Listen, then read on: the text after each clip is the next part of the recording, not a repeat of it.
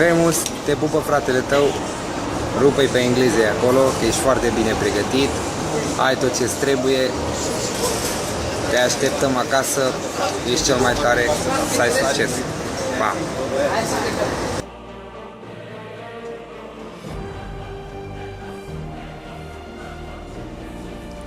Probabil o să te întreb de ce m-am filmat așa.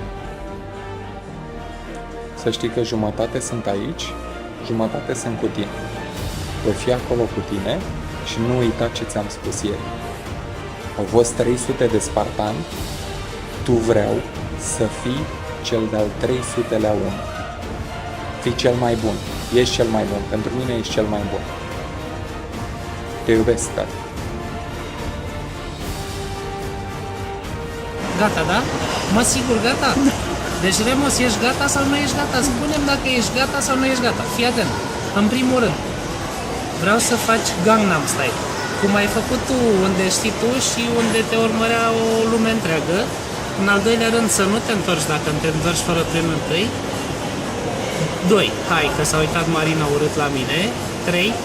Bine, cu ceva, să te întorci sănătos, frate, de acolo. Și atât. Și să mai, nu mai să zic pe aia cu bowling-ul. Atât. Baftă. Ai grijă. Te pupăm și te iubim. Hei, salutare Remus! Baftă la concurs acolo, la Fitness Model, să-i faci pe toți, să ne vedem cu bine în București, poate facem și noi un stand-up comedy. Te pupă fratele tău, bye!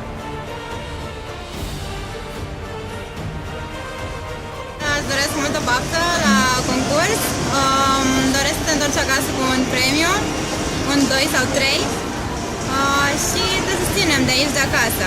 Te pupăm! Hai mă că ești bun, câștigi! Remus, eu îți țin pumnii, îți doresc mult succes acolo la Londra. Știu că nu o să mă faci și știu că o să mă faci, mai ales că și sper să faci bine. Am frate în spate și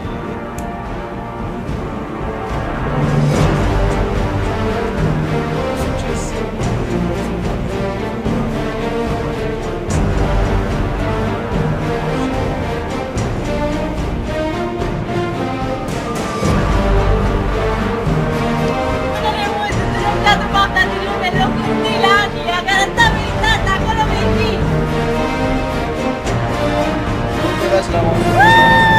Te iubim!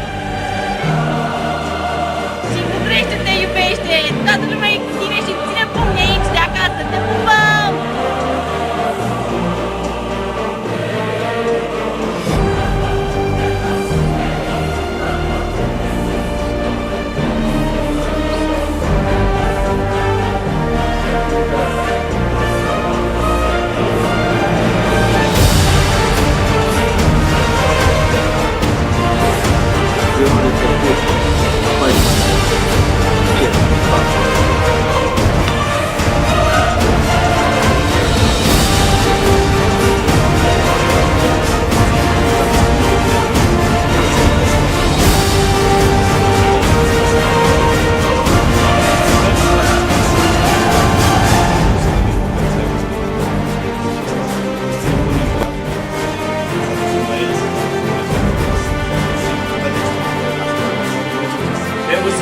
Băi, tată, dar ore faci de mișini.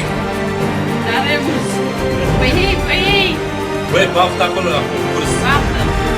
Să te întorci cu mine. Să nu bei mult.